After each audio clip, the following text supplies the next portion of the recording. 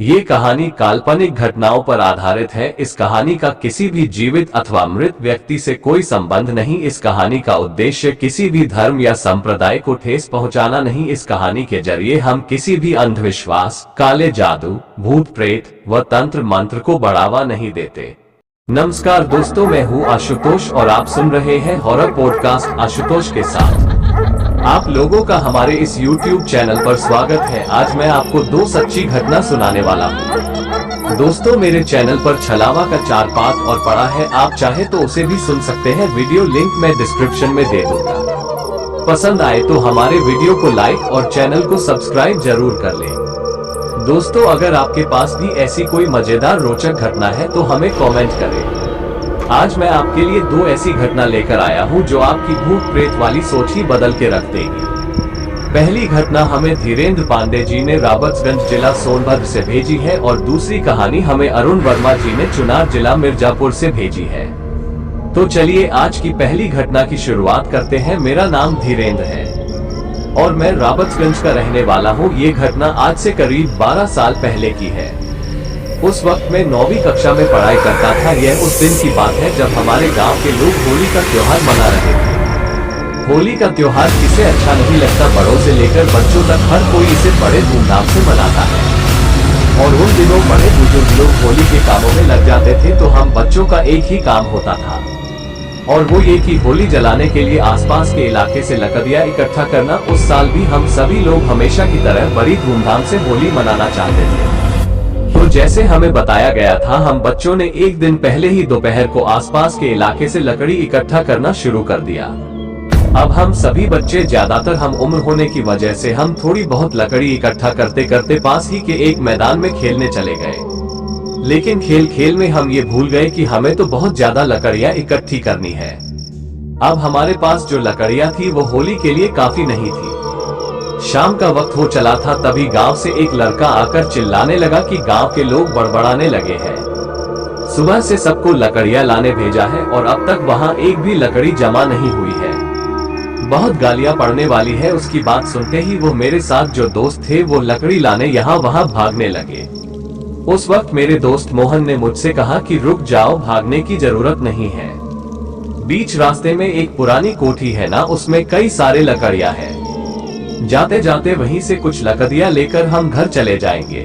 लकड़ियां भी मिल जाएंगे और सबसे आगे भी पहुंच जाएंगे।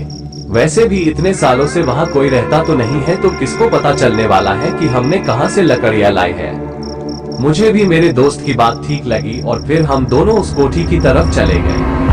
अपने आसपास देख चुपके से कंपाउंड की दीवार को फांदकर अंदर कूद पड़े।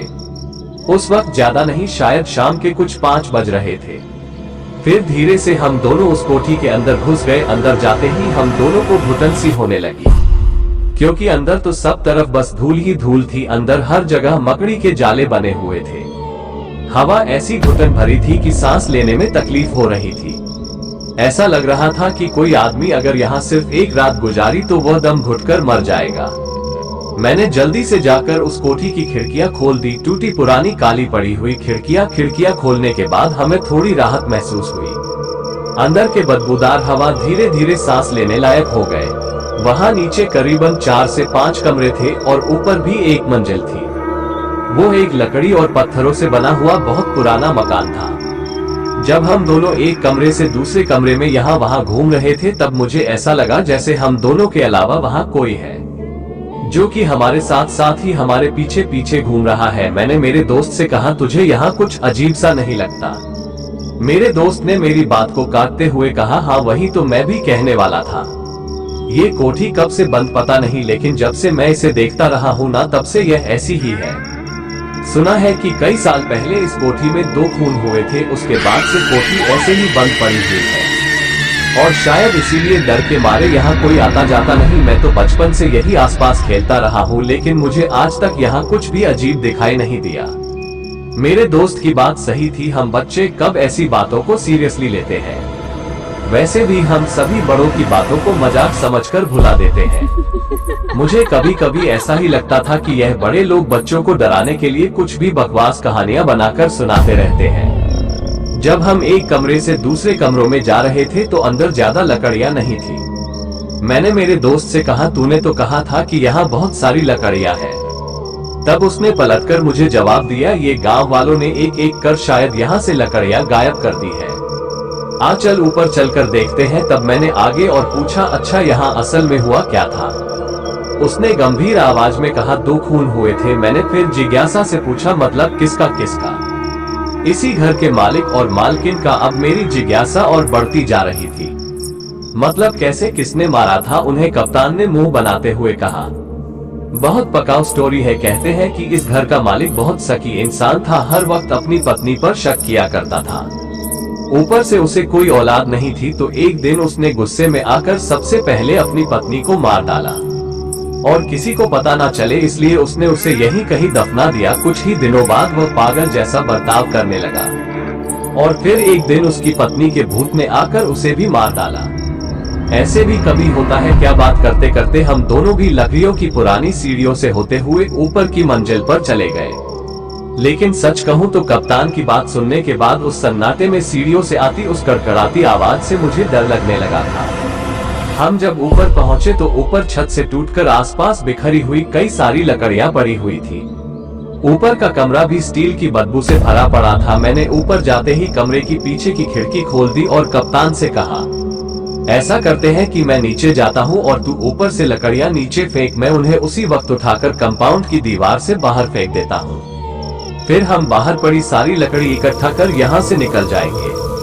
लेकिन मेरी बात खत्म होने से पहले ही कप्तान खुद ही नीचे चला गया और जाते जाते उसने कहा, तो यही रूप मैं झट से नीचे जाता हूँ और तू यहाँ से नीचे फेंक। मैं डरा हुआ तो था पर उससे क्या कहूँ, कुछ समझ नहीं आ रहा था क्योंकि मेरी बात पूरी होने से पहले ही वो नीचे चला भी गया था। अब मैं अकेला ही उस कोठी के ऊपर के कमरे में था। मैंने जल्दी जल्दी में एक एक कर लकड़ियों को खिड़की से बाहर फेंकना शुरू कर दिया और तब मोहन एक के कर उन्हें उठाकर कंपाउंड की दीवार से बाहर फेंकने लगा। कुछ लकड़ियां खिड़की से बाहर फेंकने के बाद जब मैं एक बड़ी लकड़ी उठाने पीछे मुड़ा तो देखा कि कप्तान वहीं पर खड़ा था। तो मैंने चौंक कर कहा, अबे तुझे कहा था नीचे जाकर लकड़ी इकट्ठा करने को, तो फिर तुम यहाँ क्या कर रहा है? उस वक्त और बिना हलचल किए एक तक मुझे ही देख रहा था। अब ऐसा क्यों देख रहा है, जाना नीचे जल्दी। और ऐसा कहते हुए मैं लकड़ी उठाने नीचे झुका ही था कि तभी मुझे नीचे से आवाज आई, धीरेन्द्र क्या कर रहा है यार, फेंकना जल्दी से। उस आवाज को सुनकर मेरा दिमाग सुन्न सा रह गया। मैंने वहीं से नीचे खिड़की से बाहर झांक कर देखा तो कप्तान नीचे ही खड़ा था। फिर मैंने धीरे से पलटते हुए पीछे देखा पर तब मेरे पीछे वहाँ कोई नहीं था। उस वक्त मेरे हाथ पांव कांपने लगे। मैं भागते हुए ही उस कोठी से उतरकर बाहर चला गया। घबराते हुए मैंने कप्तान से कहा, यहाँ से चलते हैं, यहाँ मुझे कुछ अच्छा नहीं लग रहा। तो कप्तान ने मुझे रोकते हुए कहा, रुकना, इतनी लकड़ियों से क्या होगा, हमें और लकड़ी लानी होगी। तब मैंने ऊपर देखते हुए कहा, मैंने ऊपर अभी किसी को देखा जो बिल्कुल तेरे जैसा था। कप्तान भी कुछ पल के लिए शांत हो गया और सोचने लगा। उसे लगा कि मैं उसे डराने के लिए कोई मनगढ़ंत कहानी बता रहा हूँ, लेकिन वो भी ऊपर जाने से डर रहा था क्योंकि कुछ ही देर में अंधेरा होने वाला था। और कोई कितना भी बहादुर क्यों न हो, लेकिन ऐसे वक्त में इंसान को डर जरूर लगता है। तो कुछ सोचकर उसने कहा, ठीक है चलो चलते हैं, सुबह आकर देख लेंगे। और फिर हम दोनों ने जल्दी जल्दी में वहां पड़ी 2-4 लकड़ियों को उठाकर कंपाउंड की दीवार से बाहर फेंकना शुरू कर दिया। कुछ वक्त बाद मैंने महसूस किया कि ऊपर की खिड़की में कोई खड़ा है जो शायद हमें देख रहा है। वहां एक काली से परछाई थी शायद, जो एक पल के लिए मुझे दिखाई दी और फिर पलक झपकते ही कहीं गायब हो गई। कंपाउंड की दीवार पर चढ़ते ही मैंने कप्तान को हाथ देकर ऊपर उठाना चाहा, लेकिन तब कप्तान मुझसे ऊपर उठाया नहीं जा रहा था। वहां पर बड़ी बड़ी घास उगी हुई थी। मुझे लगा कि उसका पैर कहीं फंस गया होगा। कप्तान मुझ पर चिल्ला रहा था कि मेरा पैर कहीं फंस गया है तो थोड़ा जोर से खींच। मैंने उसे पूरी ताकत से ऊपर खींचते हुए नीचे देखा तो एक काला सा भद्दा सा हाथ उसके पैर से सरकता हुआ नीचे चला गया। उस हाथ से छूटते ही कप्तान ऊपर आ गया और उसे जरा भी अंदाजा नहीं था कि उसका पैर कहां पर अटक गया था। वो देख मेरा दिल धड़कना बंद हो गया। कप्तान मुझसे बार बार यह बात पूछ रहा था, क्या हुआ तुझे, इतना पसीना आ रहा है, पर मैं कुछ बोलने की हालत में ही नहीं था। मैं किसी तरह बाहर कूद पड़ा। मेरे साथ साथ कप्तान भी बाहर की तरफ आ गया। तब हमने देखा कि बाहर तो एक भी लकड़ी नहीं थी, लकड़ी का टुकड़ा तक नहीं था। वो देख हम दोनों हैरान रह गए थे। कप्तान मेरे सामने बस न डरने का नाटक कर रहा था, लेकिन असल में वो भी डरा हुआ था। हम दोनों भी बिना कुछ आपस में बात किए घर की तरफ दौड़ने लगे। मैं सबसे पहले अपने घर पहुंच गया क्योंकि मेरा घर गांव के शुरुआत में ही था, तो कप्तान का घर मेरे घर से आगे गांव के दूसरे छोर पर था। मैं डरा धराशाही घर पर आ गया। घर पहुंचने के बाद भी मैं बुरी तरह से कांप रहा था। मेरी हालत देख मेरी माँ ने मुझसे कई सवाल किया कि क्या हुआ है, तुझे तो इतना डरा हुआ क्यों है। पर मैंने सच बताना ठीक नहीं समझा। मैंने बात को टालते हुए उनसे बस ये कहा, अब बहुत तेज भागने की वजह से हाथ पांव कांप रहे हैं। और इतना कहकर मैं सीधे अंदर के कमरे में चला गया। अंदर जाते ही मैं अपनी खाट पर लेट गया। कुछ देर बाद में थोड़ा शांत हुआ, पर मेरे दिमाग में बस एक ही बात चल रही थी, मतलब जो मैंने देखा था वो सच था या मेरा वहम था। वो मंजर याद करते सोचते हुए कब मेरी आंख लग गई पता नहीं चला। रात 8 बजे के करीब मेरी माँ ने मुझे खाना खाने के लिए जगाया। मेरी हालत अभी थोड़ी खराब थी, मेरा पूरा शरीर तब दर्द कर रहा था। मैं बिना कुछ कहे चुपचाप खाना खाने बैठ गया। तब मेरे बाबा घर पर नहीं थे, तो मैंने माँ से पूछा, आज भी बाबा खेत पर है क्या? तो माँ ने बताया कि बाबा कप्तान के पिताजी के साथ कहीं बाहर गए हुए हैं, आ जाएंगे थोड़ी देर में। पर तभी बाहर कप्तान की माँ आ गई। कप्तान की माँ और मेरी माँ के बीच में कप्तान को लेकर कुछ बातचीत चल रही थी। मैं अंदर तो था लेकिन उनकी बातें मैं साफ साफ सुन पा रहा था। उनकी बातों से मुझे पता चला कि कप्तान को बहुत तेज बुखार है, इसलिए वो उसे अस्पताल लेकर चले गए हैं। मेरे पापा भी उन्हीं के साथ है। मैं समझ गया कि उस घटना का शायद कप्तान को जरूर सदमा लगा होगा। उस रात मैं चुपचाप मेरी माँ की गोद में सो गया। मैंने माँ से पूछा कि क्या हुआ है कप्तान को। माँ ने बात को टालते हुए कहा, तेरा दोस्त है और तुझे पता भी नहीं। तो मैंने थोड़ा घबराते हुए कहा, मतलब हम साथ में खेल रहे थे, तब तक तो ठीक था। फिर माँ ने मुझे बताया, ठीक से पता नहीं पर उसकी माँ कह रही थी कि बाहर से वो खेलकर घर आया और घर पर आने के बाद से उसे अचानक से बहुत तेज बुखार चढ़ गया। बाद में अचानक से उल्टियां करने लगा, इसलिए वो उसे अस्पताल लेकर चले गए हैं। उस रात वो सारा मंजर याद कर और कप्तान के बारे में सोचकर मेरी नींद ही उड़ चुकी थी। पर देर रात कब मेरी आंख लग गई पता नहीं चला। बीच रात किसी खड़खड़ाहट की आवाज से मैं जाग उठा। कोई दरवाजे को जोर जोर से पीट रहा था। मैंने उठकर अपने आसपास देखा, तब सब तरफ अंधेरा ही अंधेरा था। मैंने अपने हाथ से यहाँ वहाँ टटोल कर देखा तो पाया कि मेरी माँ मेरे पास नहीं थी। मैं हड़बड़ा कर उठकर खड़ा हो गया। तभी किसी ने फिर से दरवाजे की कुंडी बजाई। मेरा दिल जोर जोर से धड़कने लगा। डर के मारे मेरी आंखों में पानी भर चुका था, हाथ पांव थरथराने लगे थे। मैं डरी हुई आवाज में पूछा, माँ क्या ये तुम हो? पर माँ का कोई जवाब नहीं आया। मेरी माँ मेरे पास नहीं थी। मैं घबराते हुए थोड़ा पीछे हट गया। दरवाजे पर अभी कोई खड़ा था, पता नहीं कौन था। माँ थी, बाबा थे। मैं माँ और बाबा को आवाज देते हुए दरवाजे के पास चला गया। अंधेरे में दरवाजे को टटोलता कुंडू को हाथ लगाया तो पाया कि दरवाजा तो अंदर से खुला था, मतलब माँ शायद बाहर गई हुई थी। वक्त का तो मुझे बिल्कुल भी पता नहीं चल रहा था। मैंने थोड़ी हिम्मत कर धीरे से दरवाजा खोल दिया और थोड़ा बाहर झांक कर देखा तो देखा कि मेरे घर के सामने से जो रास्ता गुजर रहा था ना, उसकी बीचों बीच कोई औरत खड़ी थी। मैंने वहीं से उसे पुकार लगाई, माँ क्या वो तुम हो? मैं उसे अंधेरे में ठीक से देख नहीं पा रहा था, लेकिन चांदनी की रोशनी में उसकी एक धुंधली सी परछाई मुझे नजर आ रही थी। मैंने फिर से आवाज लगाई, माँ क्या हो गया? उसने अपना एक हाथ उठाते हुए रास्ते के एक छोर की ओर इशारा किया और शायद तब उसने मेरी तरफ देखा, शायद क्योंकि अब उस धुंधली परछाई की चमकती हुई आंखें मुझे दिखाई देने लगी थी। मैंने उस हाथ के इशारे की ओर देखा तो वो गांव के दूसरे छोर की ओर इशारा कर रहे थे। मैंने पूरा दरवाजा खोलकर उस इशारे की ओर ठीक से देखना चाहा, तभी अचानक से वो औरत रोने लगी। शायद वो कप्तान के घर की ओर इशारा कर रहे। मुझे कुछ अजीब सा महसूस होने लगा था, ऐसे जैसे जो मैं देख रहा हूँ वो सब अच्छा नहीं है। अचानक से रोने की आवाज शांत हो गई। मैं धीरे से कुछ कदम पीछे हट गया और पीछे हटते हुए घर के अंदर जाने लगा। उस औरत ने एक बार फिर से अपनी गर्दन घुमाकर मेरी तरफ देखा। उसकी आंखें सफेद चांदी जैसी चमक रही थी और अब वो मुझे देखकर जोर जोर से हंसने लगी थी। वो माहौल में बहुत ज्यादा डर पैदा कर रहा था और तभी बहुत तेजी से सरकते हुए मेरे घर के दरवाजे के पास आने लगे। मैंने माँ को जोर जोर से पुकारते हुए दरवाजा धड़ाम से बंद कर दिया। मैं जाग उठा तो माँ मुझे थपथपा रही थी और मेरा सिर उसकी गोद में था। वो मुझे पूछ रही थी कि क्या हुआ, कोई बुरा सपना देख लिया गया? कुछ देर तक मैं सुन्न सा पड़ा रहा। मेरी माँ और मेरे बाबा मेरे पास बैठे हुए थे।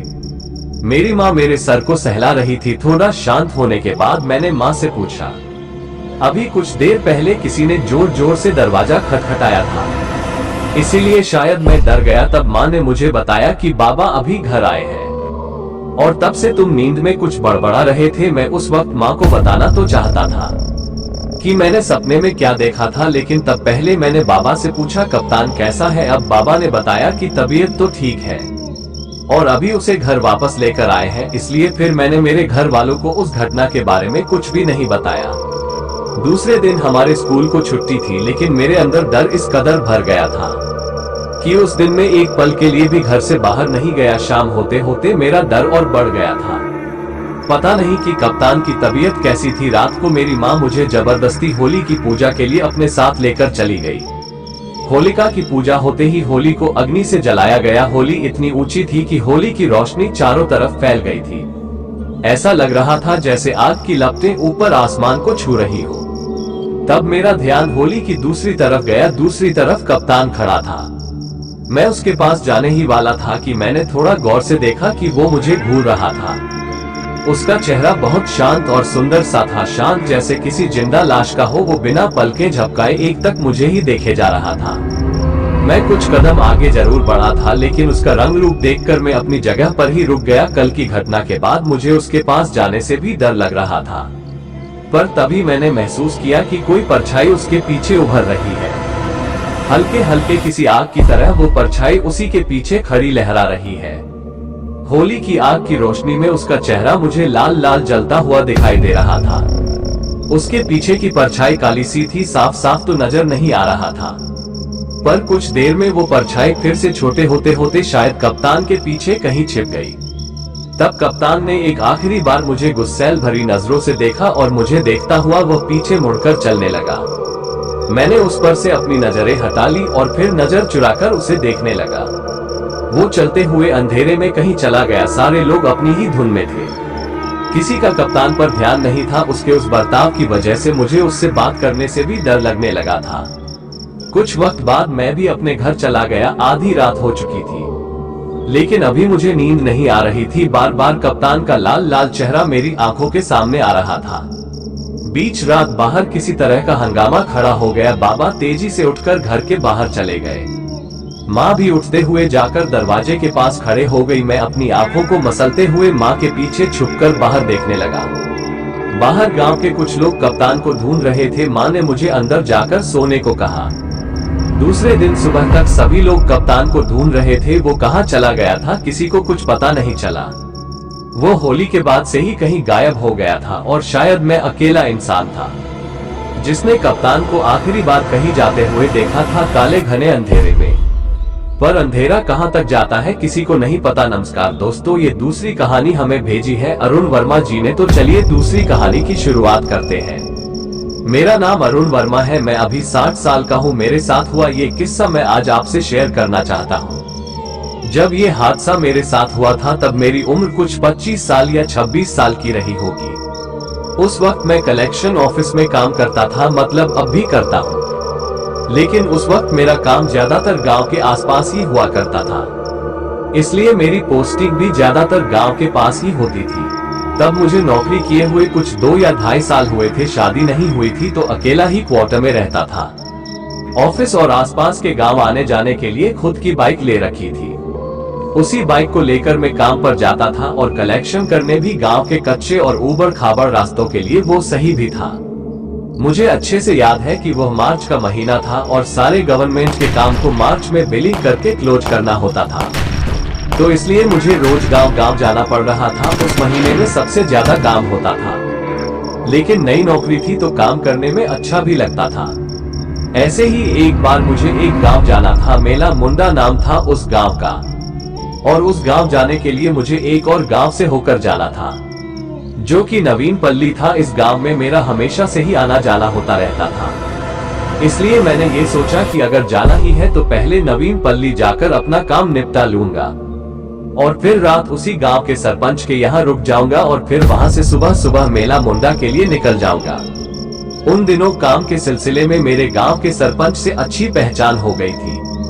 तो फिर यह सोचकर ही मैं अपने काम के लिए घर से निकल पड़ा। मैं घर से निकला ही था कि बाहर देखा तो बारिश हो रही थी। वो दिन भी अजीब था, शायद उस दिन साल की पहली बारिश हो रही थी। वो जो आम आने के पहले होते हैं ना, वही वाली। मैंने वापस घर के अंदर जाकर अपना पुराना सरकारी रेनकोट निकाला और उसे पहनकर मैं अपनी बाइक से निकल पड़ा। बारिश की वजह से रास्ते और भी खराब हो चुके थे। उन कच्चे पक्के रास्तों से बाइक को चलाते हुए आखिरकार मैं नवीन पल्ली गांव पहुंच गया। वहां के ऑफिस पहुंचकर मैंने सारे बिल बनाकर हिसाब लगा लिया और अपने सारे काम भी निपटा लिए। उसके बाद सरपंच जी के यहाँ जाने के लिए ऑफिस से निकला कि तभी उसी ऑफिस के बड़े बाबू ने मुझसे कहा कि उनके यहाँ भी क्वार्टर खाली है, मैं चाहूँ तो वहाँ रह सकता हूँ। वहाँ पर बेड लाइट वगैरह सब है। मैंने भी सोचा कि रात को सरपंच जी को तकलीफ देने के बजाय मैं क्वार्टर में ही रुक जाता हूँ। अंधेरा हो चुका था तो मैंने भी जल्दी से हामी भर दी, लेकिन दफ्तर से बाहर गया तो देखा कि मेरी बाइक का टायर पूरा दब चुका था। टायर जरूर पंचर हुआ होगा, बारिश होने की वजह से मेरा उस तरफ ज्यादा ध्यान नहीं गया था। लेकिन अब असल मामला ये था कि कल सुबह मैं दूसरे गांव जाऊंगा तो कैसे, और ऊपर से बारिश भी हो रही थी। मैं वापस ऑफिस के अंदर चला गया और बड़े बाबू को बाइक की हालत के बारे में बताया। मेरी गाड़ी की हालत देखते हुए उन्होंने कहा कि अभी तो गैराज बंद होंगे, शाम के 7 से 8 बजे तक यहाँ पर सब कुछ बंद कर देते हैं और अब सुबह 9 बजे से पहले कोई गैराज खोलेगा भी नहीं। एक काम करो, थोड़ी देर यहीं रुक जाओ, मैं तुम्हें मेरी गाड़ी से क्वार्टर तक छोड़ दूंगा और फिर सुबह यहाँ से ट्रेन से दूसरे गांव चले जाना। लेकिन फिर मैंने सोचा कि अगर अब ट्रेन से जाना ही है तो क्यों ना अभी निकल जाओ। ट्रेन में मेरी नींद भी पूरी हो जाएगी और सफर का पता भी नहीं चलेगा। सुबह जल्दी पहुंचूंगा तो जल्दी से वहां का काम निपटाकर शाम तक यहाँ वापस आ जाऊंगा। तो मैंने यह बात बड़े बाबू को बताई। उन्हें भी मेरा प्लान अच्छा लगा तो उन्होंने कहा कि ठीक है, कल सुबह किसी से कहकर मैं तुम्हारी गाड़ी ठीक करवा दूंगा और मैं आप ड्राइवर से कह देता हूँ, वो तुम्हें स्टेशन तक छोड़कर वापस आ जाएगा। मेरा काम बन गया था। बड़े बाबू की गाड़ी बाहर किसी काम से गई हुई थी। कुछ 1 घंटे बाद ड्राइवर गाड़ी लेकर वहां आ गया और फिर हम दोनों स्टेशन के लिए निकल पड़े। स्टेशन पहुंचकर मैंने टिकट ली और फिर कुछ टाइम में ट्रेन भी आ गई। मैं फौरन ट्रेन में सवार हो गया। ट्रेन के अंदर ज्यादा लोग नहीं थे, कुछ इक्के दुक्के लोग ही थे। मैंने वही कोने की सीट पकड़ी और आराम से पैर फैलाकर सो गया। यहाँ तक तो सब एकदम ठीक था। जैसे ही ट्रेन ने रफ्तार पकड़ी मुझे भी तेज नींद आने लगी। कुछ 10 मिनट में तो शायद मैं भी सो गया था। फिर अचानक से मुझे गर्मी होने लगी।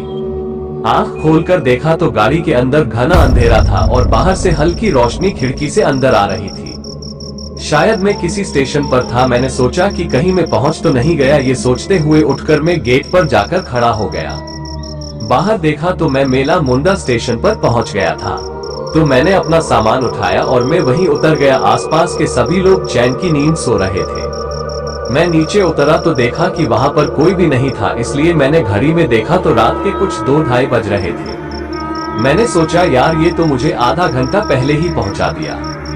अच्छा ही है, लेकिन अभी गांव तक पैदल जाना पड़ेगा। तभी मुझे ख्याल आया कि क्यों न 2-3 घंटे यही वेटिंग रूम में रुक जाओ और फिर थोड़ी देर बाद हल्का सवेरा होने पर यहाँ से गाँव की तरफ निकल जाऊंगा।